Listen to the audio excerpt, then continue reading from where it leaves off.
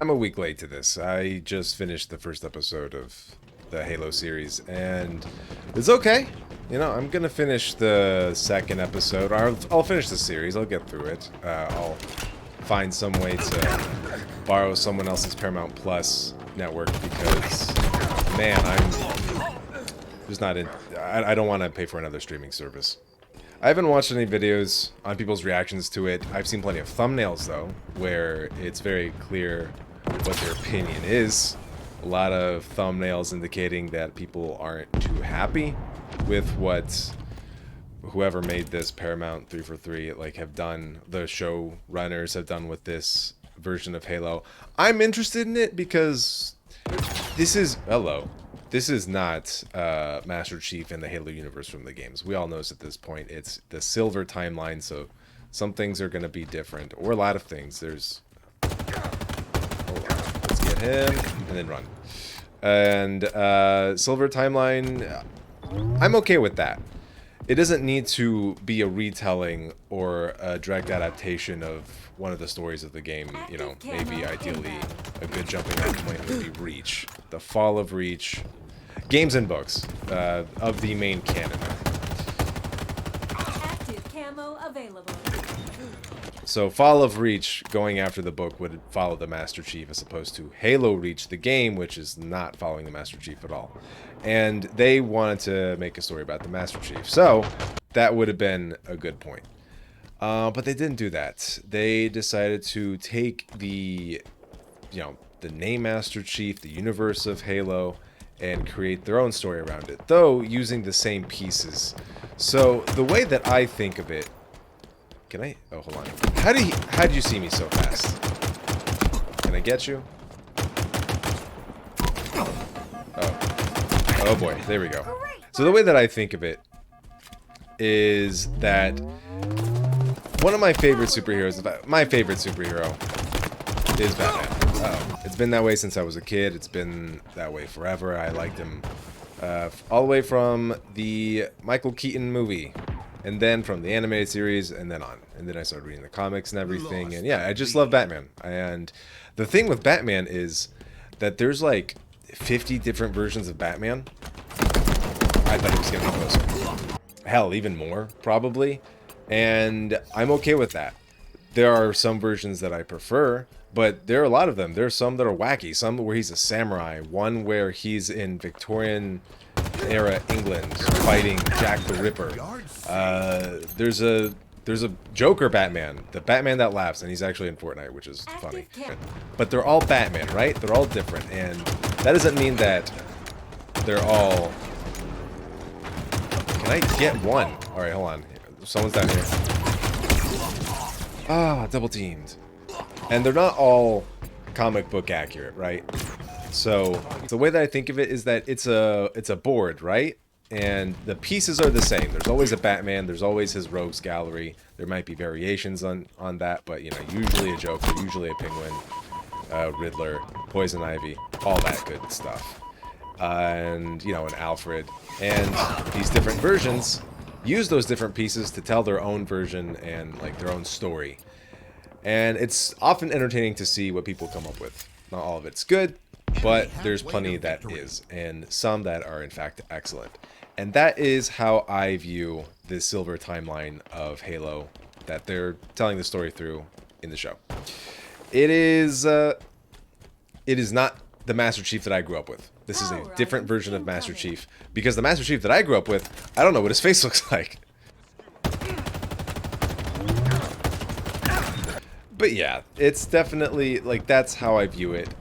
Master Chief in the show, even the way that he talks is different. You know, like, the first fight was cool, but that was the closest in that episode that we got to how Master Chief is in the games and the books. But then once you got to the scene with him on the... I think it's a Pelican. It looks like a larger ship than an actual Pelican drop ship. But the one that he's on with Quan, his, I guess, sidekick slash deuteragonist of the show. The way that he talks to Quan, and then he like jokes, like he gives her something to eat, and he tells a joke or just like makes a small little thing where it's like, what do you like to eat? And he goes like nuts, bolts, you know, just like he's aware of the fact that people view him as just like a robot killing machine. So he just makes a small joke around that he eats nuts and bolts. Like, that was cute. But in all the years, in the 20 years that I've spent with Master Chief in the games, oh, come on, come on, whoop, and run. That man has never told a joke. Not once. My Master Chief would never tell a joke.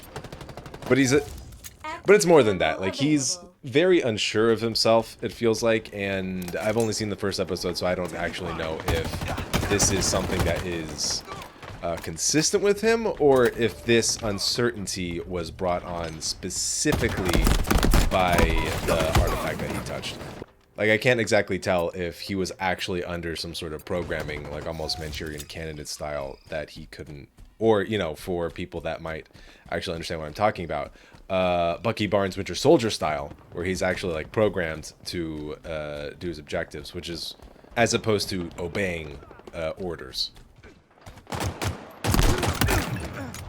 Yeah, when he got that Order 66, I forgot what they call it, the Article 70-something thing to assassinate, or not assassinate, or just straight up kill her. They were awfully confused as to why he wasn't following through with the order. And the way that they were talking about it wasn't that like, oh, he's disobeying, or like he's choosing not to kill her.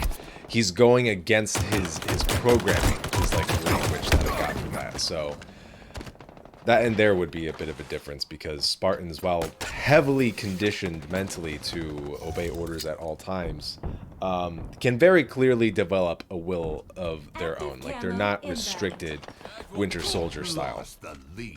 And I'm talking about specifically Spartan 2s. Anyway, I'm rambling on because I'm getting really into it, but that's like a difference in itself, if that's the case. Is Silver Team Spartan 2s, or are they, you know, they would have to be at that point. I would think that more were created in this Silver timeline. Oh boy.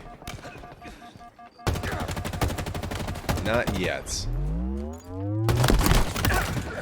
I'm okay with following along and seeing where are they going to go with this? What is their vision of the Halo universe? It kind of sucks, just a tad, that the first real, I'm not counting Nightfall, like on a streaming service, live action adaptation of Halo that has a future, that's not a miniseries that is intended to go on for years. That it's not in the main Halo canon, that it's going to be something else. I have my opinions as to how difficult it would be to do a Master Chief show that takes place within the main Halo canon. Which, by the way, what are we calling it? If the show is the Silver timeline, is the games and the books the Gold timeline? Anyway, putting all that to the side and just accepting the show for what it is, which is just a different version of Halo, I'm fine with it, again, because like I've made my peace with that a long time ago with my favorite character, Batman, and so like of course I'm going to do it here with Master Chief. That aside, the actual quality of the show and like what the pilot episode gave me, it's okay. It's piqued my interest. The CG fascinatingly kind of teeters back and forth between good and bad. I wouldn't say straight up bad, but doesn't look great. Like, there are some shots of the elites that are just like, oh, that's pretty sick. And then I'll see like another angle with different lighting, and oh, okay, you know, that's not the best, but you know, it's a TV show, like, so not everyone's gonna look like as good as Thanos, like they're right there, and like I believe that that's a real alien that exists. Whatever, that's okay. The dialogue is so. The depiction of Halsey, again, different version. She's not as bossy. Yeah, I like Halsey from the I'm just gonna call it the Gold canon, because she's so sure of herself, and that everyone is so less intelligent than her. It's very, she's a very fun character. Well, like, if terrifying and depressing sometimes, so maybe not always fun. The show, she seems kind of dumb.